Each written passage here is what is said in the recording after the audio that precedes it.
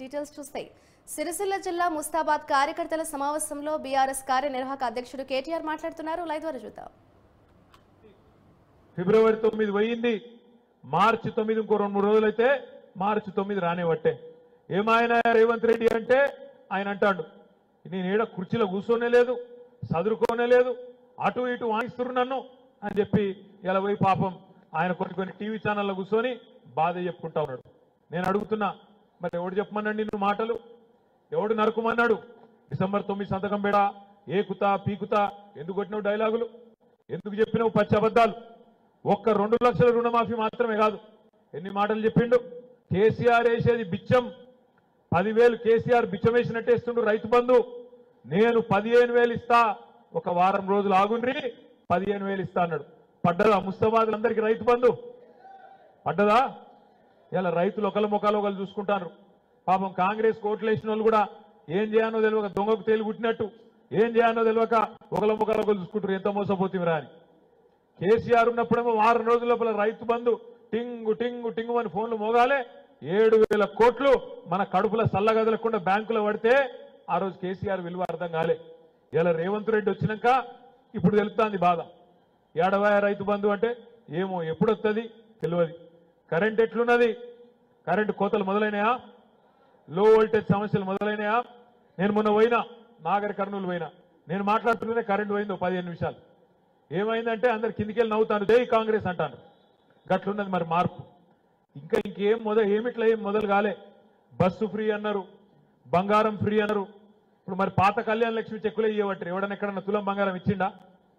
ఆడబిడ్డలకు మాటలు చెప్పినరు, bus free, బంగారం ఫ్రీ. కోడలుంటే 2,500, అత్తలుంటే 4,000. అత్తలే కాదు, ఆ అత్తకో ఒక ఆయన మామ ఉంటే కూడా ఆయనకో 4,000. కేసీఆర్ ఒక్కరికే ఇస్తాడు, ఇంట్లో ముసలోళ్లకు మేము ఇద్దరికి ఇస్తాం, 4,000 ఇస్తామన్నారు. పాపం నమ్మి మోసపోయి కేవలం 4 లక్షల ఓట్ల తేడాతో రాష్ట్రం మొత్తం చూస్తే, మొత్తం పడ్డ ఓట్లు చూస్తే 4 లక్షల ఓట్ల తేడాతో మాత్రమే మనం ఓడిపోయినాం తప్ప పెద్ద తేడా ఏం కాదు. నేను మిమ్మల్ని అందరినీ కోరేది ఒకటే. నేను మన కరీంనగర్ లోక్సభకు సంబంధించి ఒక సమీక్షా సమావేశాన్ని హైదరాబాద్లో మన పార్టీ కేంద్ర కార్యాలయమైన తెలంగాణ భవన్లో పెట్టుకున్నాం. అందులో శేఖర్ గౌడ్ అనే ఒక తమ్ముడు, మానకొండూరు మండల పార్టీ ప్రెసిడెంట్, ఆ తమ్ముడు లేచి ఒక మాట చెప్పిండు. అన్నా, అమ్మతోడు చెప్తున్నా, అధికారంలో ఉన్నప్పుడు విలువ తెలియలేదే, కానీ ఇవాళ తెలుస్తోంది. ఇవాళ మా ఊళ్ళో కాంగ్రెస్ వాళ్ళు ర్యాలీ తీస్తుంటే, గెలుచుకుంటా జులూస్ తీస్తుంటే ఎక్కడో మేము దాక్కునే పరిస్థితి వచ్చిందన్నా. మాకే ఇజ్జత్ అనిపిస్తున్నది.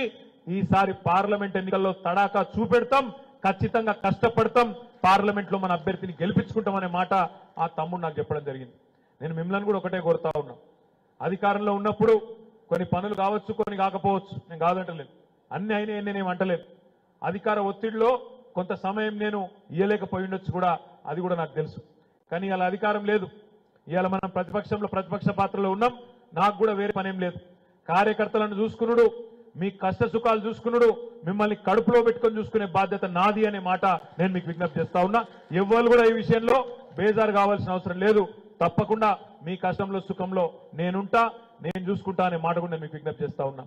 కాంగ్రెస్ వాళ్ళు ఉచ్చిలుగా ఎగిరెగిరి పడతాండ్రిగా, అధికారంలోకి రాగానే కొత్త బిచ్చగాడు వచ్చినట్టు ఎగిరెగిరి పడుడు, ఎవరైనా సోషల్ మీడియాలో పోస్టింగ్ పెట్టగానే పోలీసు వాళ్ళతో ఫోన్లు చేయించుడు, బెదిరించుడు, ఏమనుకుంటున్నావు నిన్ను నువ్వు అని డైలాగులు కొట్టుడు, ఇవన్నీ డ్రామాలు ఒక సిరిసిల్లనే కాదు అంతటా చేస్తా ఉన్నారు. నేతన్నలను తులనాడుతున్నారు, రైతుల పట్ల కించపరిచే విధంగా మాట్లాడుతున్నారు, నోటికొచ్చినట్టు అడ్డగోలు వ్యవహారాలు చేస్తున్నారు. లేనిది ఉన్నట్టు, ఉన్నది లేనట్టు, వాళ్ళు ఇయ్యని ఉద్యోగాలు వాళ్ళే ఇచ్చినట్టు దిక్కుమాలిన దివాలకు రాజకీయాలు చేస్తా ఉన్నారు. నేను మిమ్మల్ని అందరినీ కోరేది ఒకటే, ఈ 5 ఏళ్లు, రాబోయే 5 ఏళ్లు మనకు పరీక్షా సమయం. ఖచ్చితంగా మనం ఉద్యమంలో ఏదైతే స్ఫూర్తితో పనిచేసినామో రేపటి రోజున కూడా ఈ 5 ఏళ్ల పాటు తప్పకుండా పార్టీని పటిష్టం చేసుకుందాం. తమ్ముళ్ళు మాట్లాడుతూ అన్నారు, అన్న కమిటీలు వేయాలి, ఇంకా కమిటీలు వేయాలి, బలోపేతం చేయాలి, సీనియర్ నాయకులతో పాటు కొత్త రకం కూడా రావాలి. కొంతమంది నాయకులు పోతారు, నాకు కూడా తెలుసు. తప్పకుండా పోయేటోళ్ళు ఉంటారు, అవకాశవాదులు ఉంటారు, పోయండి, ఏం పర్వాలేదు. పోయేటోని పోనీయండి, చేయి టాపకండి, అలమించుకోకండి, బలవంతంగా ఎవరిని ఆపాల్సిన అవసరం లేదు. కొత్త నాయకత్వాన్ని తయారు చేసుకుందాం. ప్రజల్లో ఆదరణ ఉన్నంత కాలం తప్పకుండా నాయకులు ఒకలో ఇద్దరు ముగ్గురు పోయినా ఏం బాధ లేదనే మాట కూడా నేను మీకు విజ్ఞప్తి చేస్తా ఉన్నా. ఎందుకంటే ప్రతి పార్టీలో అవకాశవాదులు ఉంటారు, పోరాటవాదులు ఉంటారు. మరి వాళ్ళ పోరాటవాదులు ఎవరైతే ఉన్నారో తప్పకుండా నిబద్ధతతోని మనతో ఉండే తమ్ముళ్ళు 23-24 ఏళ్లుగా ఉన్న వాళ్ళు ఉన్నారు. రేపటి రోజున కూడా ఏమి ఆశించకుండా 23-24 ఏళ్ళు పనిచేసిన వాళ్ళే లక్షల మంది ఉన్నారు. కాబట్టి ఇలా వేదిక మీద కొంతమందిని కూర్చొని ఉన్నాం. నేను మిమ్మల్ని ప్రార్థించేది ఒకటే, కోరేది ఒకటే.